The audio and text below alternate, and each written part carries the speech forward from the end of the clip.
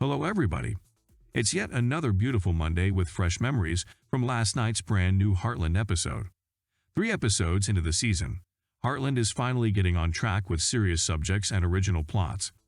This last episode has been the marking of a new plot in the Heartland universe, which is taking a social critique on Hudson's privileged community and the injustice attitudes towards the outsiders. Yes, we know that Heartland has always been a gem to get relaxed and keep the troubles of real life away from our lives. Nevertheless, whenever this chilled-out series took a social issue as a plot and delivers it in its unique aesthetic, we cannot get enough of it. Naturally, Heartland Season 15 Episode 3, with the title Bad Moon Rising, has been a total blessing. So, let's discuss what has happened in the episode. The episode started with the news of a new break-in, as did the previous 2 episodes. It turned out there have been 5 break-ins only in the past week. Expectedly, the Hudson residents were highly uncomfortable with the situation, including Jack and the rest of the Heartland family. Thus, Lisa convinced Jack to buy a security camera system, telling him that the girls Katie, Parker, and Lindy were getting nervous about the issue. Unwillingly agreeing to the idea, Jack decides to build a system himself, despite the disaster of solar panel systems a few years back. And yet, his lack of information on technology hits him again as he struggles not only to build the system, but also to use it afterward. Nevertheless, with the help of Lisa and Parker, they manage to have a proper camera system around the ranch, which enables Lindy to have a proper sleep for the first time in days. There is one small issue though. The raccoons constantly attack cameras, and the alarm setting is sensitive to every single move. Therefore, the family cannot get a rest because they are always sitting on their edge, as if they're under attack at all times.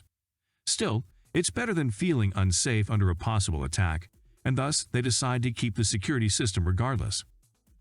In the meantime, Cooper, who is running a ranch for foster children training in which they pursue equestrian therapy, calls Amy in to help children to form a bond with the horses.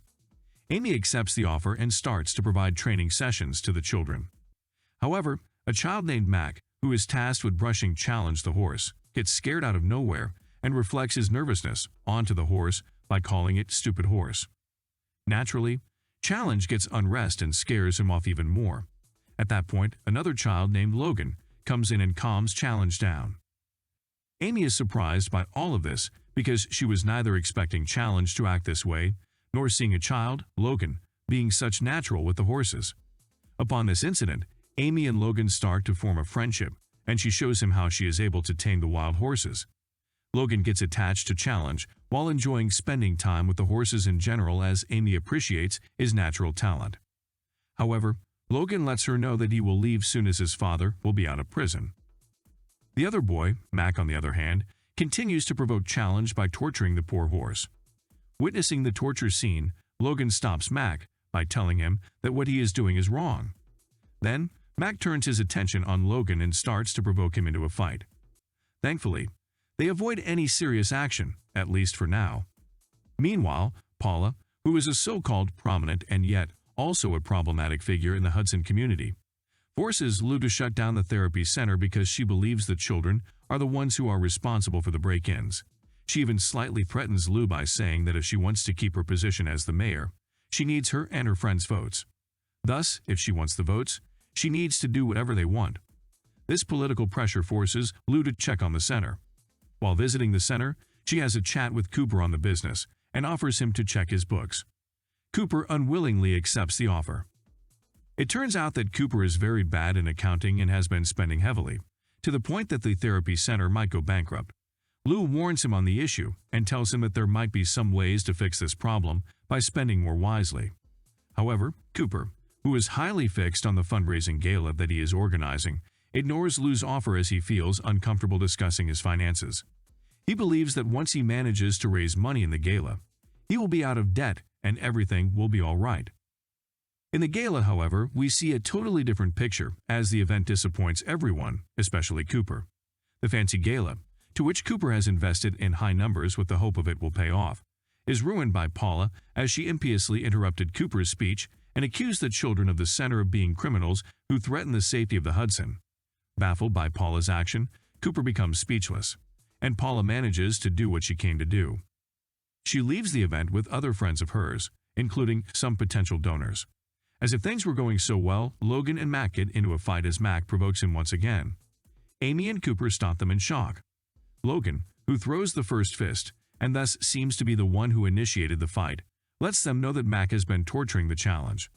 This incident becomes the one that takes away the minimum hope that Cooper had for raising funds for his business, as donors let him know that they will reconsider their decision.